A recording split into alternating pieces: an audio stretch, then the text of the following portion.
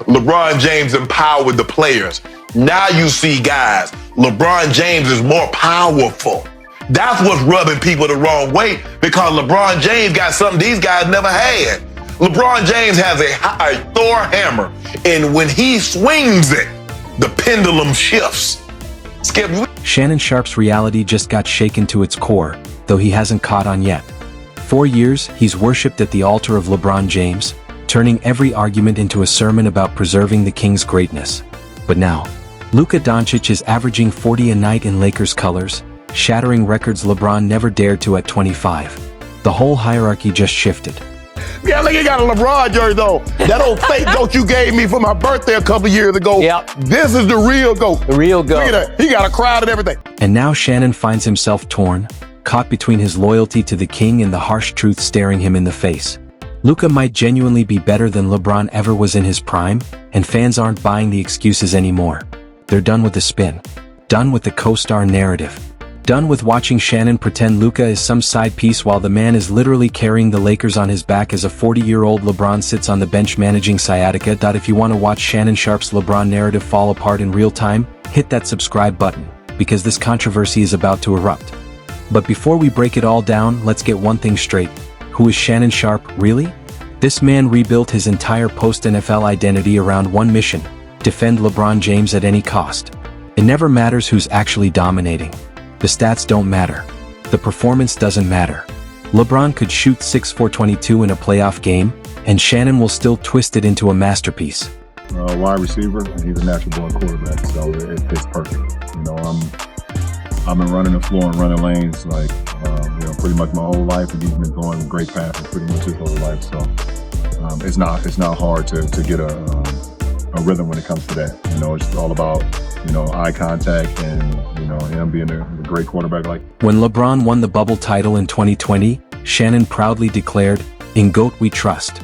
But when LeBron missed the playoffs in 2019, Shannon immediately shifted the blame to the young Lakers core. Fast forward to 2023, Skip Bayless questioned LeBron's foot injury, and Shannon absolutely lost it on live TV, shouting, "Why is it that whenever something is wrong with LeBron James, you either say it's not serious or accuse him of lying?" He even admitted on air that Skip truly hates LeBron, insisting that Jordan, Kobe, and Bird weren't even close to LeBron's greatness.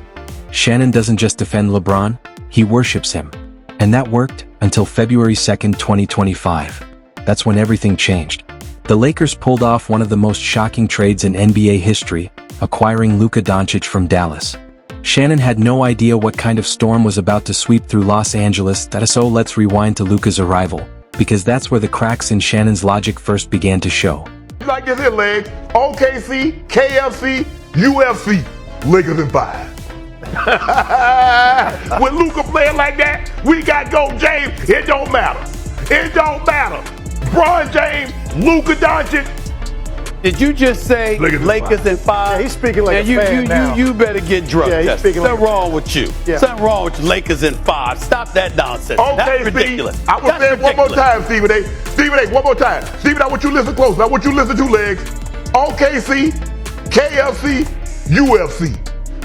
After Luka shredded Denver with a dominant 32-point performance on February 22nd, Shannon jumped on First Take and immediately went off, shouting, "OKC, KFC, UFC, Lakers in 5. When Luka plays like that, we get GOAT James. It doesn't matter, LeBron James, Luka Dončić, Lakers in 5. Sounds like Shannon is all in on Luka, right? Not even close. Listen carefully to his wording. When Luka is playing like that, we got GOAT James. Not, we have Luka and LeBron. Not, we have the best duo in basketball. No, Shannon's hierarchy is loud and clear. LeBron is the GOAT. Luka is the sidekick. And here's where his bias really comes out. Just 3 days earlier, Shannon was already questioning Luka's fit next to LeBron, saying, "Luka is better on the ball than off it. LeBron needs the ball, but he can play off the ball. Luka might be the better player individually, but that doesn't mean he's the best player in a duo with LeBron." Hold up. Shannon literally admits Luka might be the better player, then immediately walks it back to protect LeBron's status. He's stuck in a contradiction, trying to praise Luka while still kneeling at the altar of LeBron. That's not analysis, that's damage control. Shannon realized he said something that could crack LeBron's legacy, so he scrambled to fix it instantly. And fans caught it in real time. But let's put Shannon's spin aside for a moment and focus on what actually matters. The numbers? Because this is where Luka completely dismantles any comparison to LeBron. But he just looking like he just gonna blow up. He moving like the calories are going up each move. Like with him getting bigger? Yeah, you gonna see it. I see 40. The fact that he's like consistent with it. You just still doing it. Like every time he steps on the court, it's 40. We don't see that. Go ahead. Go ahead, Gil.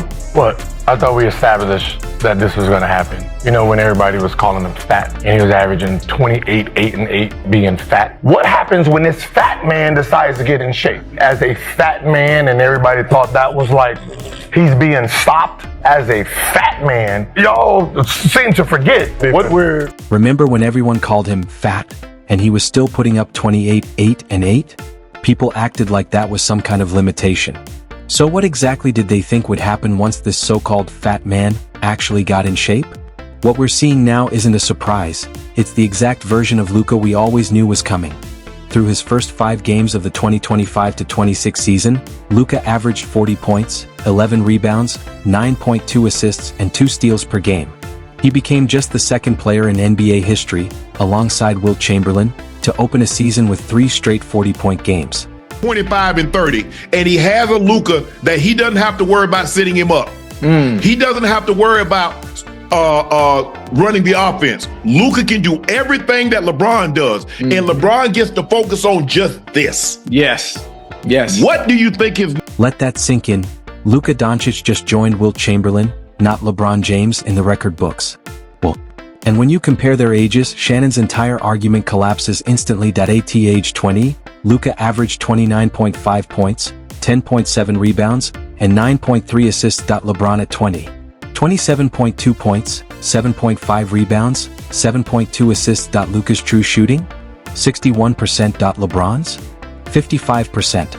Even Luka's win shares and offensive rating were higher, 119 to 114. And the craziest part?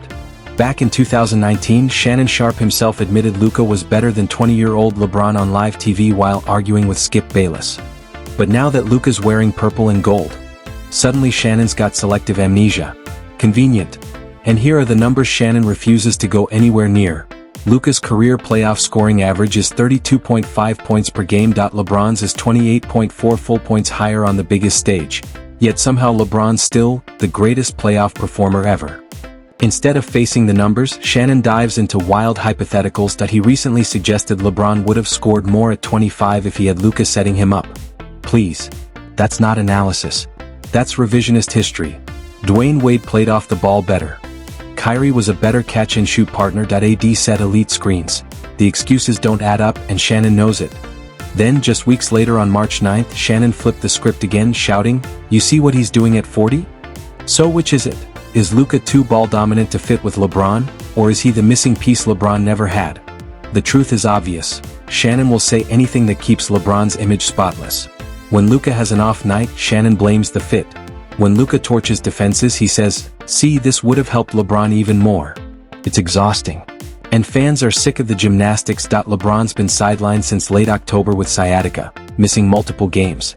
Without him, Luka has gone nuclear. No sharing touches. No waiting for permission. Just pure domination. But what does Shannon say on March 27th during LeBron's absence? On Nightcap he confidently claimed, "Do I think the Lakers can beat anybody in 7 games? Absolutely. Luka and LeBron can both give you 40 a night." Notice the framing, Luka and LeBron. Not Luka carrying the team. Not Luka proving he's the future. Shannon still ties all success back to LeBron, even when LeBron isn't on the floor. This is the same Shannon Sharpe who once yelled at Skip Bayless, "You've never questioned Tom Brady's injuries, but when LeBron gets hurt, suddenly he's lying."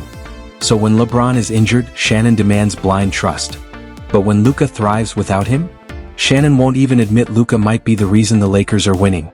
And fans see the double standard. One tweet summed it up perfectly. Shannon spent years saying LeBron makes his teammates better. Now Luka is dominating without him, and Shannon still gives LeBron the credit. Make it make sense. But the moment that shattered Shannon's entire narrative happened just days ago. November 8, 2025, the collapse. The Lakers faced the Hawks in Atlanta. LeBron. Austin Reeves. Just Luka's chance to show he could carry the Lakers solo? And what happened?